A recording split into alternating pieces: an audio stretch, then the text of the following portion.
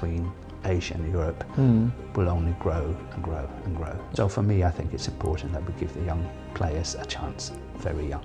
That sounds like a pretty radical change that you are at least having in mind. And It is, and I said it from the beginning, it's quite radical. I'm not saying I'm right. I, however, feel that Denmark is probably missing a window, and that window is extremely important when players are 15, 16, 17 and the next 5 years. There's one really big thing missing in my book, and that's the physicality. If you haven't got the physical foundation to do so, you will always be struggling and be behind. The physical aspect of it is so important, and it's something that's not paid attention to when they're younger. Is that no stone needs to be unturned. We have to turn every single one of them. We have to do it. We have to talk about it. How can we get it better? Maybe you just have met your ceiling, and then you have to make peace with that. I don't like the situation where that decision is not coming from the player.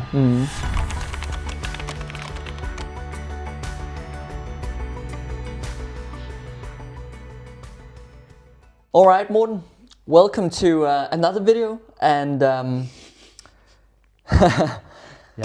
welcome to another video. We're sitting here in my living room, chatting about badminton. We chat a lot about badminton. Generally, I think badminton is a big part of both our lives.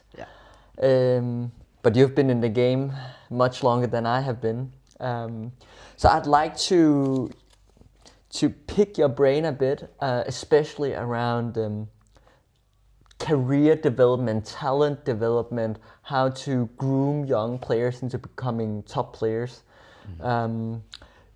This is kind of, I know you have a lot of wisdom. I've heard that behind the camera, so I want to get that in front of the camera as well, for those listening. So could you like start talking a bit about how do you see the sport the badminton game has developed since you played and up until the game that we see today on TV? Ooh. How many days have you got? Just go ahead. First of all, I think it's very important to stress that for someone like me, who is definitely been around the block a few times, I think it's extremely very important to stay relevant. I kind of hate talking about, I used to do this, and this is what we did in the olden days, and all that, because it's not relevant anymore. Yeah. And for me, it's so important that when I talk to young players and when I make decisions in the jobs I've done over the years, that I stay relevant to them as well, and that is, that's just really important to me. Yeah.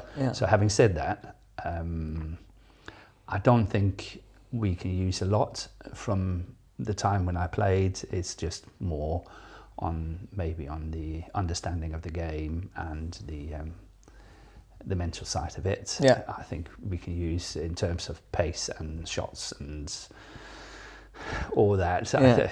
Forget it. Let's not discuss it. It's so much quicker today. The game really developed quite dramatically, I think, when the new scoring system came into 21, with running scores that changed. And I think that was about 2006 something, 5 or 6. Yeah. And that really, really changed the game a lot. Yeah. So, yeah, I need to stay relevant, and if we try to look at it from, let's say, a European point of view, I also think it's very important that Europe stays relevant. It's important for the game, that it's a worldwide game, and not dominated by a few, but more people have players at the top, which I find really, really important. However, And this is where I have to be a little bit careful because I'm probably a little bit radical on it. Let's say in Denmark, we are looking a lot on, I'm not saying decentralisation, but we are trying to do more out there where the players are before we take them in. We take them into centralised training later than what we did in the past. Yeah. And just to explain, so that does that mean that back then players could join the national center when they were younger, and now you feel that they are joining the national center when they are getting maybe in their early 20s, or what do you mean? Yeah, something like that. I felt we were more prepared to give what I would call wildcards for young players coming in, give them a chance, let's see how it goes. Where today we tend here in Denmark to keep them local for as long as possible and then bringing them into Copenhagen a little bit later. I, however, feel that Denmark is probably missing a window, and that window is extremely important when players are 15, 16, 17 and the next 5 years. And if they are not in the right training environments, maybe the talent is not developing as well as it should. So I think if you look at it from a Danish point of view, we are probably starting a little bit too late at the moment. And if we're looking at the big competitor in Europe at the moment, which is France, they do it completely opposite. Yeah. And everybody's talking about the French Revolution. How many good players are coming in, and they are onto the world scene, even into the top 10 of the world rankings now with players, which is absolutely awesome and well done. But they have spent 20 years maybe on building junior badminton in France, and it's really paying off. At the moment, I'm connected to England, and we are trying to bring younger players into the national setup, training with the seniors, even though they're only 15 or 16. There's obviously a lot of red tape. There's sayings like winning well, safeguarding. There's tons of things that we obviously have to ensure that the environment is safe for the players to come into. But if we are not giving these youngsters an opportunity to develop their talent at a younger age, where they're pushed harder, then I think Europe will be missing the train, and the gap between Asia and Europe will only grow and grow and grow. Yeah. So for me, I think it's important that we give the young players a chance very young. Yeah, because what you are saying, giving young players an early opportunity to join some of the senior players, that is something that has been done for decades in Asian countries. Yes. And we also see generally that they tend to peak at an earlier age. Yes. In terms of their performance. Yeah, they have many more miles in their legs at a lot younger age than what the Europeans are having. Yeah. We have a different system, and we have always been able to catch up. But I fear that if we are waiting too long, I think the gap will grow. You could take an example again in Denmark. If let's say Badminton Denmark had an academy themselves, connected to a high school, where badminton was a more prominent part of the curriculum, then I think that could really help Danish badminton quite a lot. But I know that goes against the philosophy of staying out in the local community for as long as possible. So that's going against that philosophy, and possibly something that they need to discuss. Maybe that works in handball, maybe it works in football, but maybe it doesn't work in badminton. So there's some thoughts. There's really something that I believe that Badminton Denmark needs to have a look at. And in England, yes, we are trying, and we have a lot of younger players now coming up, which is going to be really good for Badminton England. takes 10 years. It will never be in my time, but hopefully I was part of starting something that turns out to be really good for the future. France is, in my book, already on the right path. They're really putting a lot of effort into the junior badminton, and you can see how they develop and become a stronger and stronger nation. Yeah. Because what I hear you saying, at least again, if we're thinking from a Denmark point of view, where we're proud of having these local communities and all this, having great players in the local communities that could inspire the next ones. That sounds like a pretty radical change that you are at least having in mind and somewhat fear that would be a potential challenge going forward if we want to keep this. It is, and I said it from the beginning, it's quite radical. I'm not saying I'm right. We can discuss it, and I might be in the minority, and then that's it. It's just my personal point of view. And I do understand that the backbone of Danish badminton is obviously the clubs and how we're doing and how we are progressing through the system. The question is just how quickly are we going to progress through the system? How quickly would I leave my hometown, my home club, to join something that's bigger and better? And how quick is that journey? I think is really important. And again, when you are decentralizing, inverted commas, but having that kind of thought, there's one really big thing missing in my book, and that's the physicality. I've spent 3 to 4 years in England now, and every time we're getting young people in, we spend a year, maybe more, just to ensure that they can start training every day. The physical aspect of it is so important, and it's something that's not paid attention to when they're younger. It's all about technical skills and all that, which is really good. That's the foundation. However, it should be more than that. It should be some physicality as well. And that's where I also think in Europe, and now I'm talking totally general, that I personally believe in squat training, squat practice, more than I believe in one-to-one training. Obviously, I can play with you, I can feed you as a one-to-one, but I can't play with you anymore.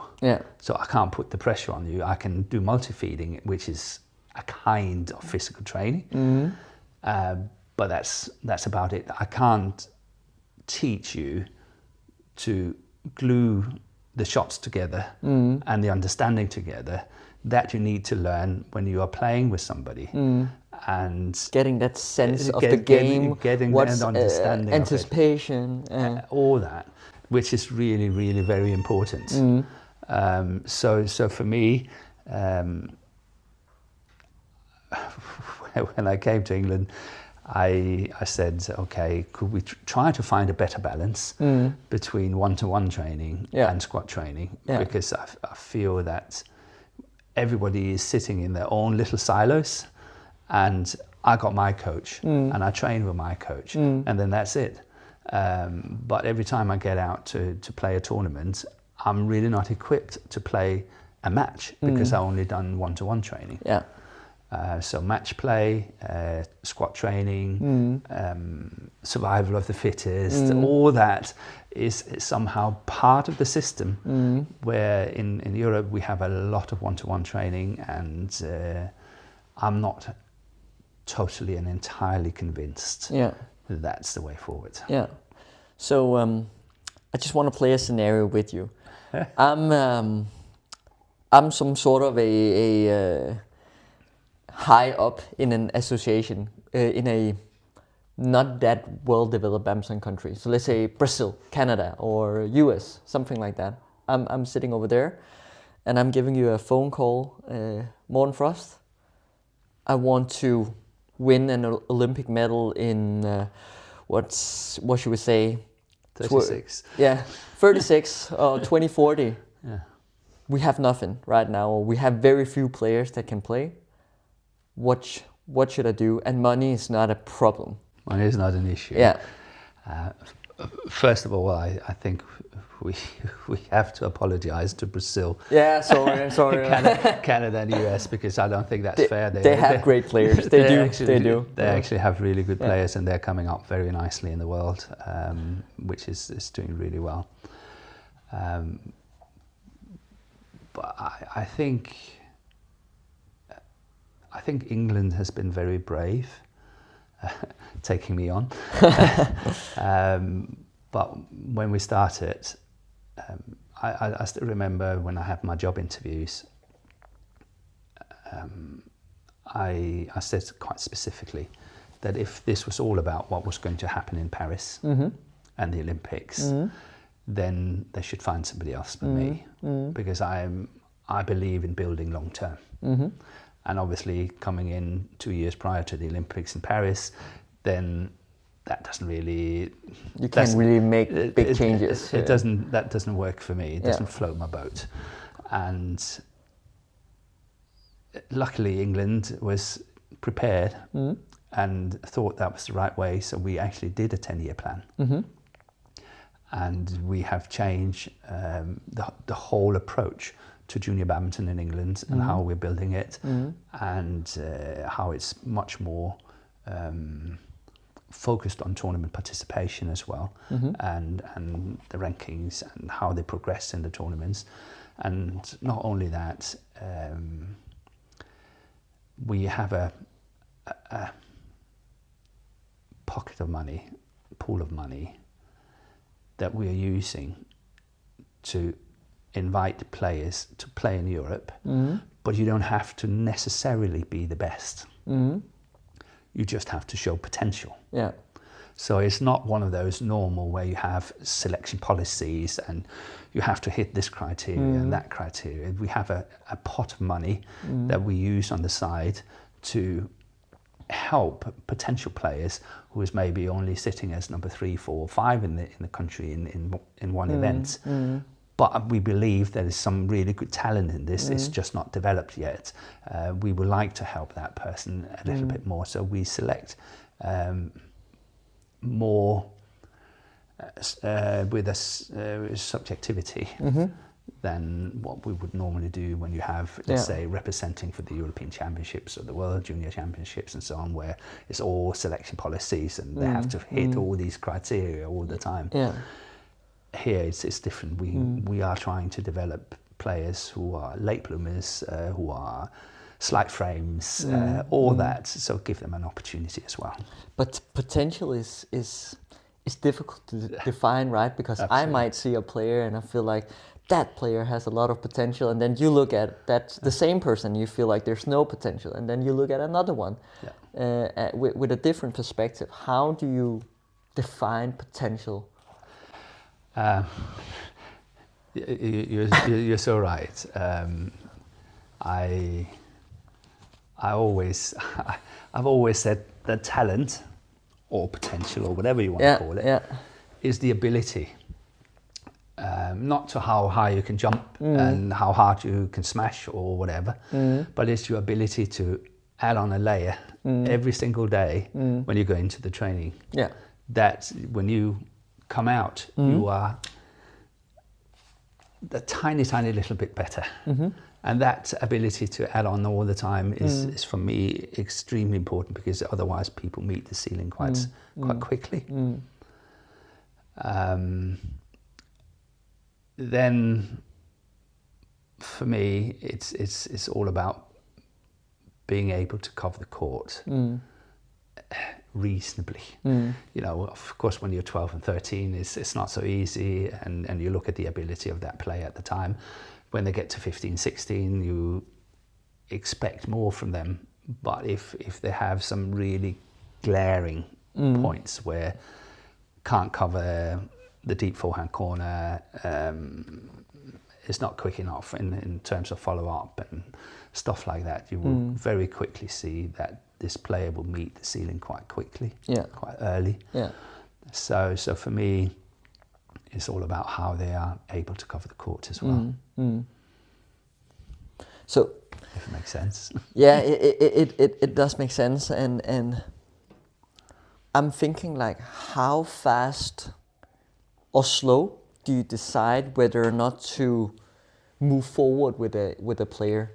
Again, maybe we have spotted one player, they could have a big potential, but they don't deliver. Do you give them 1 year, 2 year, 3 years? I mean, how, like, yeah. when do we where do we stop? Where do we start? Again, personal opinion. I believe that if you look at a player over 3 to 4 years, when they start at the age of 17 to 21, 18 to 22, whatever. Yeah. When you look at that period of time, obviously you're looking at physicality, performance behaviors. You know, are you eating, sleeping, or the fueling well enough? Are you doing the right things? Are you crazy enough to want this? Which I think is really important. So performance behaviors, physicality, how you look after yourself so you can train more. Yeah. Because training more is obviously very, very important. Then to me, it's nice to see a progression in it. It's obviously nice to see starting at 500 in the world ranking, I'll be down to 450, now we're down to 400 and all that. That's great. But what I expect from a young player, if a young player is really having great potential, is to show that potential once, twice, 3 times over that period of time. Okay. That suddenly the player is able to elevate her game to a much higher standard than what you're supposed to play at that time. And so just to make it very concrete, maybe, I'm a player, I'm 400 on the world rankings. Yeah. At a tournament, I beat someone that are ranked 80 in the world. Is that like that would be fantastic. Yeah. That would be really, that is showing that the potential is there somewhere. We can't do it all the time, but you have proved that you can do it. And again, to give a very specific example, I've obviously been working with Peter Gade quite a lot, and when he was young, we worked a lot on getting some consistency into his game. But what he did at one of the big tournaments, I think he beat Rashid Sidek, which was at the time for Peter top player Gade, from Malaysia. And it was a top player from Malaysia, and he managed to beat him where he was definitely not supposed to do so. And that straight away told me that Peter had that potential. He can bring it out. We just have to bring it out more and more and more. So for me, it's really to see that players can suddenly do something that you never expected them to do at that specific time. Yeah. Okay. Again, if we look at the top badminton today, what do you feel like a player needs to break through the world tours? What are you talked a bit about the physical element. Yeah. What would a young player need if somebody is sitting out there behind the screen and they are 15 years old, they want to break through the world tours? What do they need to master?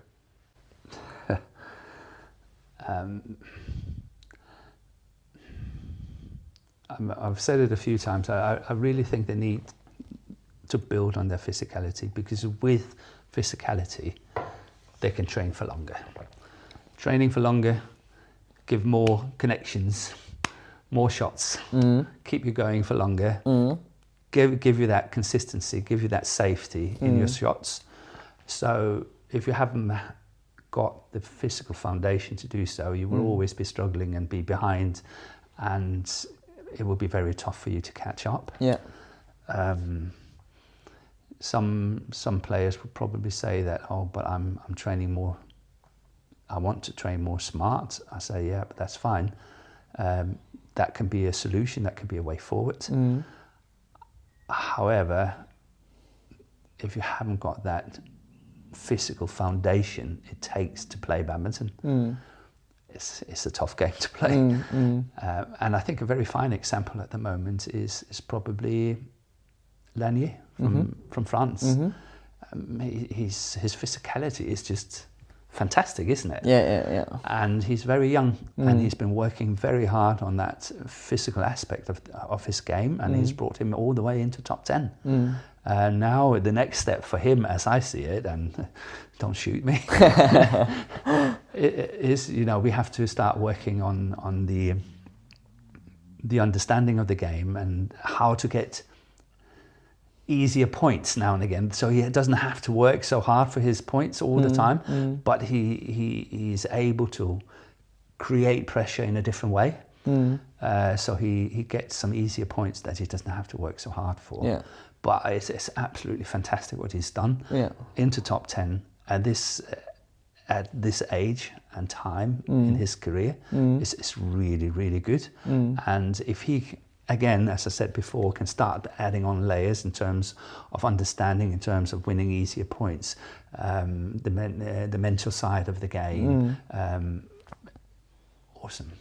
Needs to cover his forehand a little bit better. Small advice. So we're talking about it right now from a, you know, building up from a very young age. Let's just say that I'm 25, so I'm not early in my career. I'm kind of in maybe the best years of my career, but I haven't made it to kind of, you know, the top 10 maybe yet. What kind of, how could I move to the next step? Is that probably also the physical element? Is it the technical element? What would you focus on for players, you know, caught in between, let's say they're in the top 20, top 30? What's kind of the next step for these players? It's very general, of course, right? It depends on your package. What have you got in your toolbox?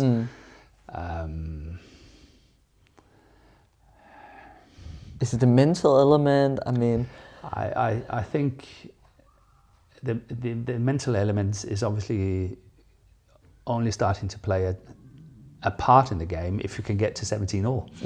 If you can't get to 17 all, having that mental strength is never going to get into play. So how are you going to get it into play if you have it?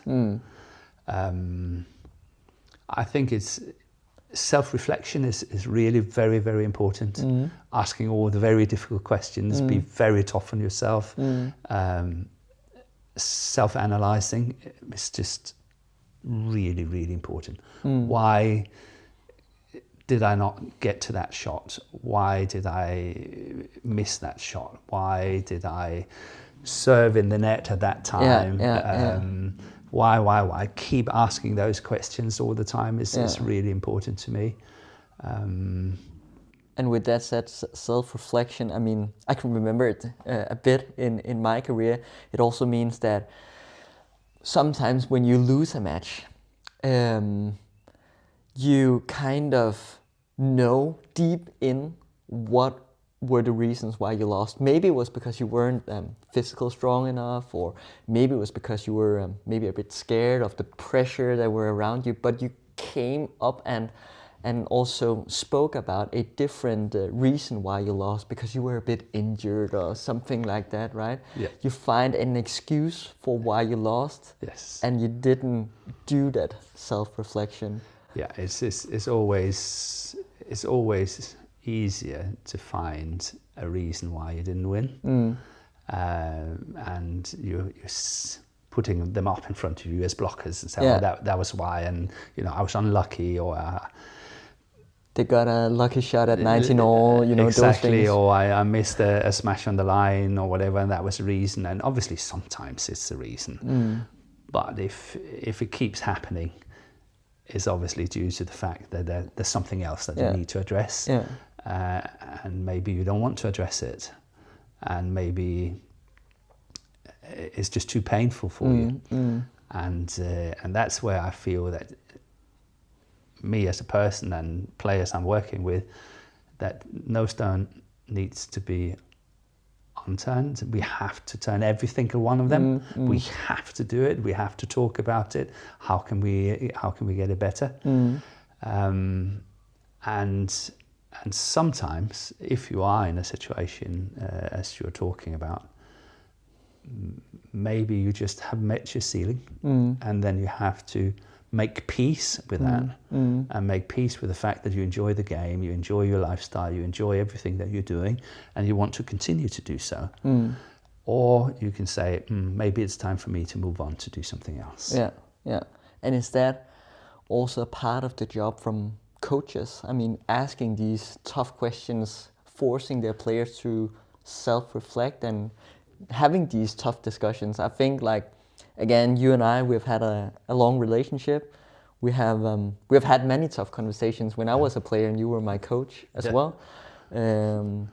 Is that those conversations that you would also urge coaches to have more with their players? Absolutely.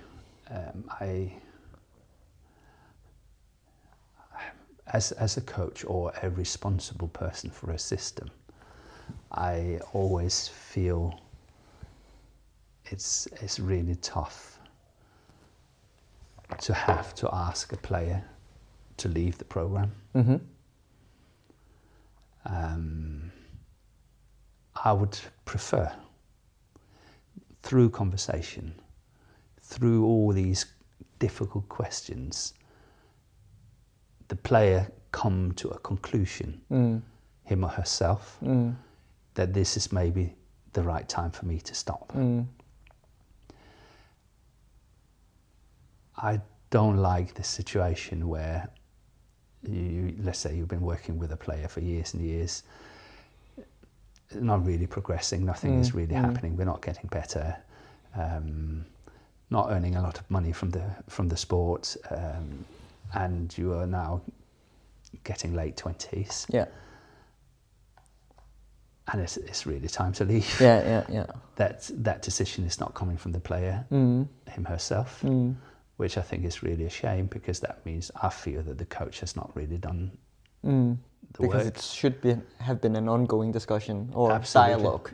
Absolutely, and eventually you say, okay, I can't break top 70, I can't break top 50, I can't break top 30 or whatever. But that conversation needs to be had, and that self-reflection needs to be done.